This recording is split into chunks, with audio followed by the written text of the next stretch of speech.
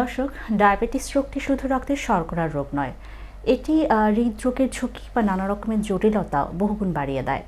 এর প্রধান কারণ হলো কোলেস্টেরল। ডায়াবেটিস রোগীর রক্তে অনেক সময় খারাপ কোলেস্টেরল বেড়ে গিয়ে ভালো কোলেস্টেরলের মাত্রা কমে যায়। তার কারণে হৃদরোগের ঝুঁকি বা নানা রকমের জটিলতা দেখা দিতে পারে। তাই ডায়াবেটিস রোগীদের ক্ষেত্রে ডায়াবেটিস নিয়ন্ত্রণের পাশাপাশিও কোলেস্টেরলের মাত্রা নিয়ন্ত্রণ করাও সমানভাবে গুরুত্বপূর্ণ। দর্শক সবাইকে আমন্ত্রণ আমাদের বৈশাখী টেলিভিশন নিয়মিত স্বাস্থ্য বিষয়ক আয়োজন বৈশাখী হতে আজকের পর্বে। আপনাদের সাথে আছি আমি ডক্টর ফারজানা আলী। আজ আমাদের আলোচনার বিষয় ডায়াবেটিস রোগীর রক্তে কোলেস্টেরল নিয়ন্ত্রণ ও চিকিৎসা। আর এই বিষয়ে আলোচনায় আমাদের সাথে স্টুডিওতে উপস্থিত আছেন doctor Mohammad Shamim Al Mamun, MSc clinical endocrinology, MPhil nuclear medicine, thyroid hormone diabetes ও মেডিসিন বিশেষজ্ঞ, সহযোগী অধ্যাপক ও বিভাগীয় প্রধান, নিউক্লিয়ার মেডিসিন বিভাগ, ঢাকা মেডিকেল কলেজ ও হাসপাতাল। স্যার, আমন্ত্রণ জানাচ্ছি আমাদের আজকের পর্বে। কেমন আছেন? আপনাকে ধন্যবাদ। সেই সাথে বৈশাখী টিভির অগণিত দর্শককে আমার শুভেচ্ছা। স্যার, শুরুতেই আমাদের ডায়াবেটিস রোগীদের রক্তে কোলেস্টেরলের মাত্রা নিয়ন্ত্রণ চিকিৎসায় যাওয়ার আগে জানতে চাই ডায়াবেটিস রোগটি কি? ডায়াবেটিস তো আসলে আমরা সবাই জানি ডায়াবেটিস আসলে কি। রক্তে সুগারের মাত্রা অর্থাৎ গ্লুকোজের মাত্রা যদি স্বাভাবিকের চেয়ে বেশি হয় তাকে আমরা ডায়াবেটিস বলতেছি। এখন দুনিয়াতে সবচেয়ে আগে যে একটা ব্যাপার ছিল যে ইনফেকশিয়াস ডিজিজ বলতাম, কলেরা, চিকেন পক্স, এগুলো যে একটা মহামারী ছিল, সেই মহামারীটা রূপ নিয়েছে এখন বলি নন কমিউনিকেবল ডিজিজ, যেমন হাইপারটেনশন, ডায়াবেটিস, রক্তের কোলেস্টেরল, এগুলো আবার আপনার শ্বাসকষ্টের রোগ, এগুলো হচ্ছে মহামারী একটা পৃথিবীতে ধারণ করছে। তারই একটা রোগ কি ডায়াবেটিস। তো ডায়াবেটিস রক্তে সুগারের মাত্রা বেড়ে যায়। রোগীরা বারবার কী করে সুগার পরীক্ষা করে, দেখে নিয়ন্ত্রণে আছে, রোগীরা মনে করে যে তারা খুব ভালো আছে। আসলে ব্যাপারটা না। ডায়াবেটিস যখন একটা রোগীর হয় তখন কি হয় জানেন, তখন অনেকগুলো রোগকে সে সাথে করে নিয়ে আসে, যে রোগগুলোর কারণে তার লাইফ একটা রিস্কে পড়ে যায়। এখন একজন ডায়াবেটিস পেশেন্ট নিয়মিত সুগার মাপতেছে, সে দেখতেছে ঠিক আছে, তাহলে কি সে ঠিক আছে? তা না, আসলে কখনোই। তার একটা বড় কালপিট হলো এই রক্তের সুগার, রক্তের কোলেস্টেরল। আমরা এটা ইংরেজিতে বলি লিপিড প্রোফাইল। এই লিপিড প্রোফাইলটা প্রত্যেকটা ডায়াবেটিস রোগীর ক্ষেত্রে ম্যান্ডেটরিভাবে আমরা করি। এই লিপিড প্রোফাইলের অনেকগুলো কম্পোনেন্ট থাকে। সেই কম্পোনেন্টগুলোর মধ্যে ডায়াবেটিস রোগীর ক্ষেত্রে বা সচরাচর আমরাও বিভিন্ন সময় গিয়ে কোলেস্টেরল টেস্ট করাই, যেটাকে লিপিড প্রোফাইল বলতেছি। সেই টেস্টের ক্ষেত্রে 4 ধরনের কোলেস্টেরলকে আমরা গুরুত্ব দিয়ে থাকি। রোগীরা কিন্তু টেস্টের মাধ্যমে সেগুলো করেও থাকে। যে একটা রোগী কোলেস্টেরল রিপোর্ট আপনার কাছে হঠাৎ বুঝতে আসলো, দেখান তো আমার কোলেস্টেরল ঠিক আছে কিনা, সেই ব্যাপারটা কিন্তু সবসময় ঘটে। স্যার, একটু জানতে চাই ডায়াবেটিস রোগীর ক্ষেত্রে আপনি যেহেতু বলছিলেন যে লিপিড প্রোফাইলও করা হয়ে থাকে, ডায়াবেটিস রোগীর ক্ষেত্রে কোলেস্টেরল বা লিপিড প্রোফাইল দেখা কেন গুরুত্বপূর্ণ? খুবই গুরুত্বপূর্ণ একটা ব্যাপার যে ডায়াবেটিস রোগী তো ডায়াবেটিস থাকে তার, সেই সাথে অন্যান্য জটিলতাগুলো নিয়ে আসে, তার লাইফ একটা রিস্কে পড়ে যায় সবসময়।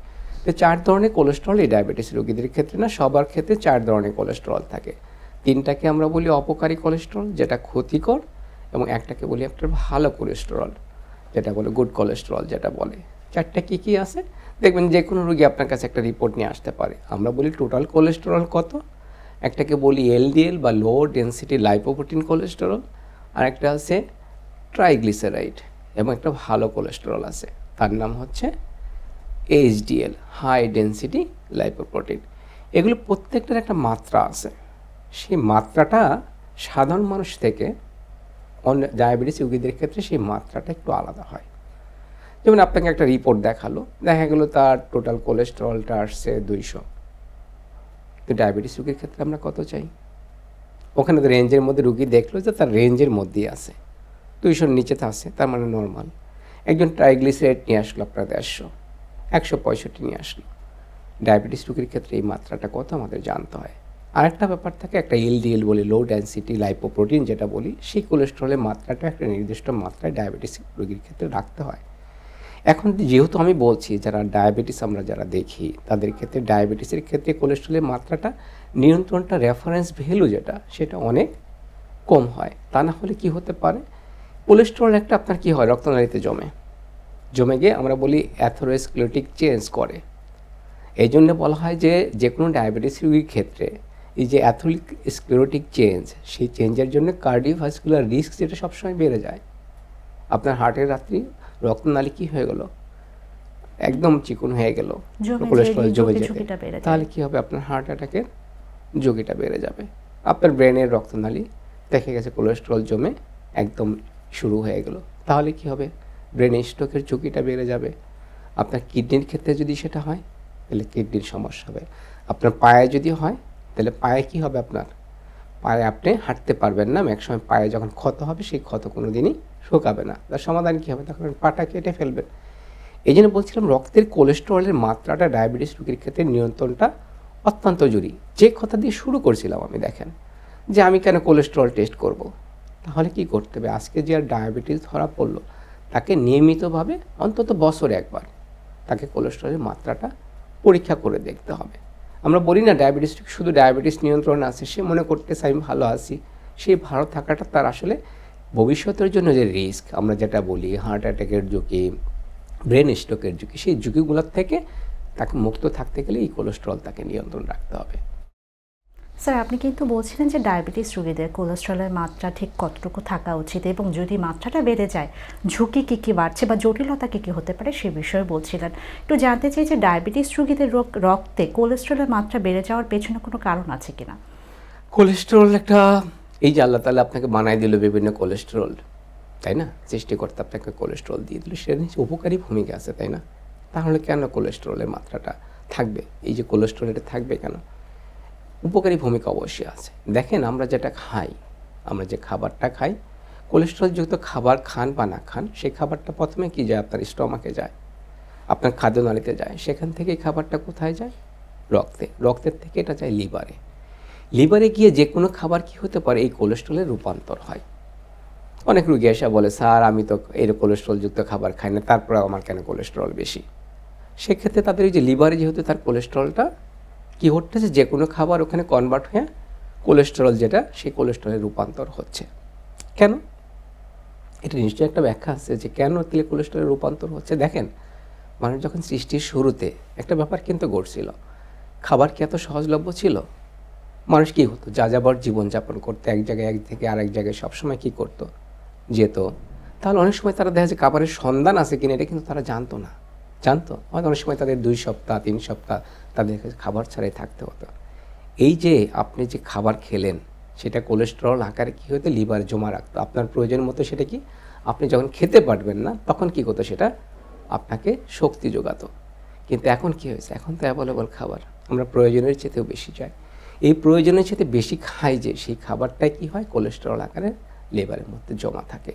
তার উপকারী ভূমিকা আছে, কিন্তু আমরা অত্যাধিক খাওয়ার জন্যই কী হচ্ছে, এই কোলেস্টেরলের মাত্রাটা অনেক বেশি বেড়ে যাচ্ছে। স্যার, আপনি বলছিলেন যে ডায়াবেটিস রোগীদের ক্ষেত্রে কোলেস্ট্রল মাত্রা বেড়ে যাওয়ার পেছনে খাদ্যাভ্যাস কিন্তু একটা গুরুত্বপূর্ণ অবস্থান রাখছে।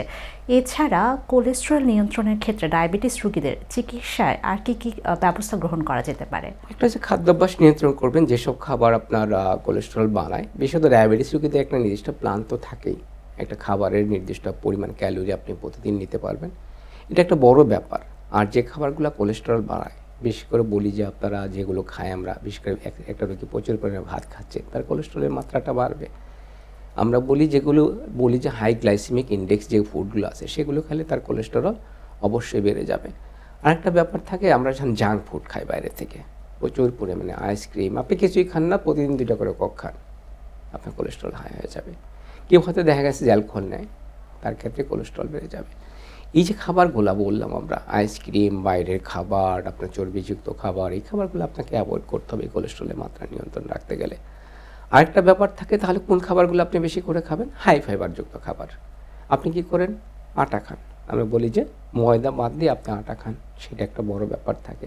আপনি খাবারের মধ্যে ফলগুলো বেশি করে রাখেন, তুমি একটা আপেল খেতে পারেন, আঙুর খেতে পারেন। আপনি যেগুলো বলে হাই ফাইবারযুক্ত খাবার, আপনি বাদাম রাখতে পারেন। এখন মানুষ কী খাচ্ছে, ওটস খাচ্ছে। এই যে খাবারগুলো, এই খাবারগুলো আপনার খাদ্যাভ্যাসে নিয়মিত রাখতে হবে। খাবার একটা ব্যাপার। আরেকটা ব্যাপার তাহলে কী থাকে, সেই ডায়াবেটিসের মতোই কিন্তু আরেকটা ব্যাপার, যে আপনাকে লাইফস্টাইল চেঞ্জ করতে হবে, আপনার ফিজিক্যাল অ্যাক্টিভিটি বাড়াতে হবে। ফিজিক্যাল অ্যাক্টিভিটি বাড়ানোর উপায় কী?